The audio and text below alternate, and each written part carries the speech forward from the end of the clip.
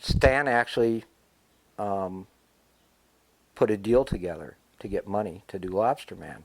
It was really a down and dirty budget. And Stan wanted it to be, well, there are actually shots that we created where you don't see the wires on everything. But Stan used all the takes so you didn't see the wires. And we actually shot it enough so you didn't see the wires. And it's like, thanks, Stan. It's like when the ship's lifting off from Mars and it falls off the thing and goes up. There is a take where it's flawless, you know, because I had to re-rig it all. And, you know, that was all practical model. We built the disc that it comes up on was, you know, just a piece of wood with some decoration on it, but it was on a camera dolly arm. So it was on this hydraulic arm that would lift it up and down. And I had a pole. The ship was about that big, and it actually had a pipe in the back where we could put Piccolo Petes. So we took Piccolo Petes because you could buy those legally here, you know, and I saved them from 4th of July, and I rigged up a radio control device that would be inside the ship so we could fire the Piccolo Pete radio control. So when the thing comes up, I've got it on wires, lifting it to keep tension on it, and then as it comes up and hovers, they added the roto underneath it, and then I had an assistant push the switch, and that fired the Piccolo Pete, and I just moved it out of the scene. You know, so it worked out. It worked out really nicely. We had a Stan found a backing of a painted backing of like some sort of space thing, and they just put that up behind it. And then I had this foreground that I built, and we had the, you know, the ship.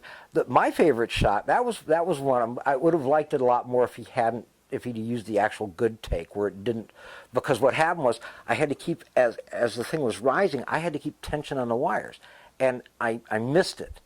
That was like the first take, and I missed it, and the thing went donk, donk, and then lifted up. Well, I had got a hang of it, so that on the second take, it was perfect. Well, he used the first take, because it was funnier. Thank you, Stan. One of the shots that I really liked was the first time that the two kids in the car see it. And you got the car in the foreground, and then the saucer flies over. That was basically a Lydecker shot. We did that. We brought the model and some hardware out on location, set the car up, and then the camera was sitting right next to the pole. I had it on a very large C-stand. So the camera's like here, the car's out there, and the ship's only about 6 feet in front of it, in front of the camera. So once they got up to speed, I just rolled the pole through, and it just drifted the ship through, you know. So, yeah, thank you to the Lydecker brothers, you know. We did a little foil cave for the cliff, you know, for the cave where you see the ship in the Bronson, good old famous Bronson Caves in Hollywood. That was a hoot shooting down there. You know, that was just basically something I learned from Tom Sherman, crumpled aluminum foil and foam core. You know, we just put the model in there and lit it very nicely. And then we did a cheap cheat for when the house blows up at the end. They blow that one house up. That was something that I like motion picture history and history of effects type of thing. So I read this stuff, and it's like, oh, I steal from people. That was actually something that there's an English effects guy who did Les Bowie. He did, you know, like the crater mass monster, the crawling eye. He actually, I think he passed away just after he worked on the first Superman picture. But he'd been doing stuff. Well, they used to do things where they blow up a photograph. So the house blowing up was, we took a photograph of the location, and then I put some firecrackers on it, some M80s on the back, and we shaped the charge, and you know, you got to cut out of it before you can smell it. I think he let it go a frame or two too long, so you could see that it was a photograph. But that was something that Les Bowie had come up with in the 50s.